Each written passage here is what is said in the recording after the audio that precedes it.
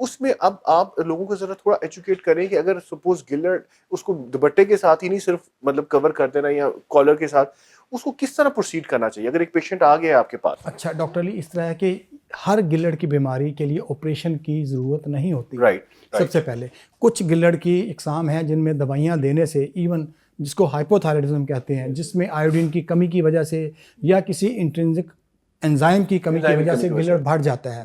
क्योंकि जब iodine properly Uptake नहीं होती, हाँ। हार्मोन नहीं बनता, तो वो अपने आप को वो बड़ा करना हाइपरप्लेजिया, शुरू कर हाँ, देता है, हाइपरप्लेजिया। हाइपरप्लास्टिक हो जाता है। तो उससे गर्दन के ऊपर नजर आता है। अगर सिंपल आप आयोडीन से काम नहीं चलाना, इसके लिए अगर दवाई दी जाए जिसको हम थायरॉक्सिन कहते हैं, बहुत सस्ती दवाई है, बिल्कुल सही सर। अगर आप रिक्वायरमेंट के मुताबिक दवाई देंगे तो उससे वो गिल्हड़ का साइज खुद श्रिंक हो जाएगा, श्रिंक हो जाएगा। क्योंकि उसकी रिक्वायरमेंट पूरी हो रही है एक्सोजिनस बाहर बाहर से से ही हो गया, राइट, थायरॉक्सिन राइट। से। हाइपोथायराइडिज्म से जिस तरह जिसे एक्सप्लेन कर दिया कि अगर तो गिल्हड़ बड़ा है, आयोडीन की कमी हुई है, आयोडीन दे दी सर, उसके साथ ठीक हो गया। आगे चले सर। जी, अब ज़रूरी नहीं है कि सिर्फ आयोडीन की कमी ही वजह है, इसके अलावा और भी कई वजूहात होती हैं। बाज़ औक़ात इंसान का अपना मदाफ़ियाती निज़ाम जिस तरह बाकी बीमारियों में अपने ही खिलाफ काम करता है, इसी तरह कुछ एंटीबॉडीज़ भी पैदा होती राइट, हैं ऑटोइम्यून बॉडी के अंदर, जो कि एग्जैक्टली TSH जिसको कहते हैं, जो कि हार्मोन प्रोड्यूस करने के लिए एक मुहर्रक है, उसकी जगह ले लेता है और वो उसको बिल्कुल इंडिपेंडेंट कर देता है ताकि वो खुद ब खुद अनकंट्रोल हो जाए। वो बॉडी के जो कंट्रोल सिस्टम अल्लाह ताला ने दिया है उससे मुबर्रा हो जाता है, उससे वो खुद बहुत ज़्यादा अमाउंट में थायरॉक्सिन पैदा करना शुरू कर देता है। क्योंकि ये मेटाबॉलिक हार्मोन है, बहुत स्ट्रॉन्ग हार्मोन है, तो इसके असरात इंसान में नज़र आते हैं। वज़न का कम होना, चेहरे की झुर्रियाँ जल्दी आ जाना, बालों का कम हो जाना, फिर नींद का चले जाना, गुस्से का बहुत आना, पसीने का बहुत आना, बात बात पे चिड़चिड़ापन, ये तमाम अलामत ऐसी हैं कि गिल्हड़ का जो ग्लैंड है वो बहुत ज़्यादा काम करता है। Active. So again such a beautiful public message.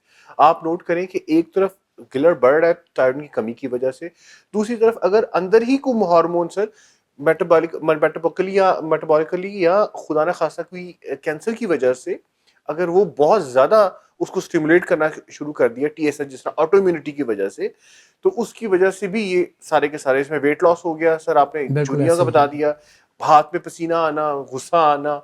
Right sir. अच्छा, इसमें यहाँ तक भी लोग कहते हैं कि लोगों के दरमियान तलाक़ें हो चुकी हुई हैं, इतना गुस्सा आता है कि बात बात पे मियाँ के साथ लड़ाई होनी और मियाँ ने कहना मेरी जान छोड़ें, आप यहाँ से जाएं, मैं रोज़ नहीं आपकी लड़ाई मार कुटाई देख सकता। यहाँ तक भी बात चली जाती बिल्कुल है। सही। बच्चों को रोज़ मार पड़ती है सिर्फ इस बीमारी के बाद कि जी वो वालदा जो है वो अनस्टेबल हैं, और वो सिर्फ अनस्टेबल इसलिए कि वो टॉक्सिक हैं और वो बहुत आराम से कंट्रोल हो सकती हैं। हाँ, यस, राइट। एंटी थायराइड दवाइयाँ बहुत सस्ती हैं, लेने में भी आसान है और उसका ड्यूरेशन भी बहुत ज़्यादा नहीं है, तो वो लेने से ही दवाइयाँ कंट्रोल हो जाती हैं। बहुत सारे ग्लैंड तो ऐसे हैं जो कि जिसको हम कहते हैं थायरोटॉक्सिकोसिस के मरीज़ होते हैं जी, वो ऐसे मरीज़ तो सिर्फ दवाइयों से ही सेटल हो जाते हैं। लेकिन कुछ उनकी परसेंटेज ऐसी है जिनके अंदर या तो वो गिल्टियाँ बन जाती हैं या ये रिस्पॉन्ड नहीं करते दवाइयों को, तो फिर ऐसे मरीज़ जिनके बच्चे पूरे हैं, जिनको रेडिएशन का इफ़ेक्ट कुछ असर नहीं करेगा, तो ऐसे मरीजों के लिए रेडियो आयोडीन भी एक तरीका इलाज है। Right sir. अगर वो इलाज ऑपरेशन नहीं करवाना चाहते, लेकिन अगर उसके अंदर रसौलियाँ या गिल्टियाँ जिसको कहते हैं वो बन गई हैं, तो उससे रेडिएशन इफेक्टिव नहीं होगी। उसके लिए operation will be the last resort. Cosmetically भी, और सिर्फ कॉस्मेटिकली नहीं, जब ये बहुत बड़ा गिल्हड़ होगा तो क्या करेगा, सांस की नाली है हमारे गले में, बिल्कुल सही सर। साथ ही खुराक की नाली है, सबसे पहले क्या करेगा, ये दबाव डालेगा सांस की नाली पे, इंसान का जीना मुहाल हो जाएगा, सांस लेना मुश्किल हो जाएगा, सोते हुए आवाज़ें अजीब व गरीब किस्म की आएंगी। मतलब कि बाज़ का तो मरीज़ कहता है कि डॉक्टर साहब मेरी गर्दन जिससे सांस गुजर ही रहा, सही सर। खाना खाता हूँ या खाती हूँ तो अंदर से खाना ही नहीं गुजरता, तो वो प्रेशर सिम्टम्स आ जाते हैं।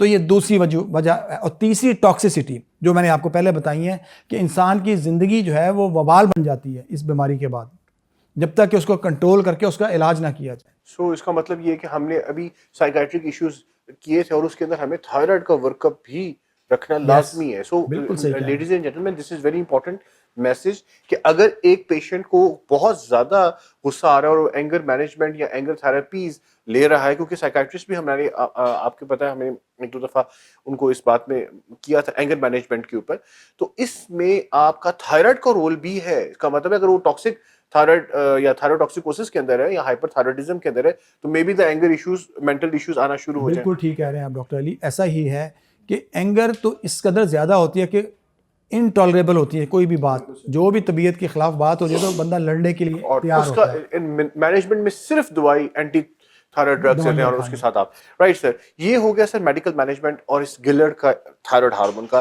जो कि एक मास्टर ग्लैंड है हमारी बॉडी के अंदर।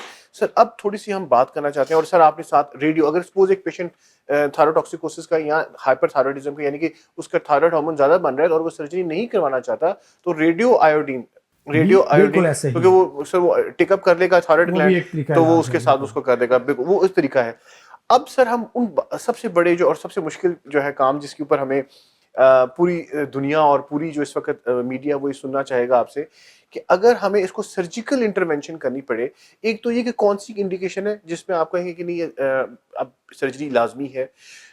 दूसरे नंबर पे सर उसके लिए लेटेस्ट जो आप इंटरवेंशंस आपने जो इतने सालों से कर करके जो आपने निकाली है उसके बारे में, ताकि लोगों को आगाही दें, ताकि उनके लिए आसानी हो जाए इस चीज़ को प्रोसीड करने के लिए। पहले सर आप बताएं इंडिकेशन। जी डॉक्टर अली, ऐसा है कि इंटरनेशनल गाइडलाइंस जो कहती हैं, जिसको हम सारे फॉलो करते हैं, उसके मुताबिक तो अब इसको डायग्नोज करना, इसका तशख़ीस करना और इसका इलाज करना बिल्कुल स्ट्रेट फॉरवर्ड है।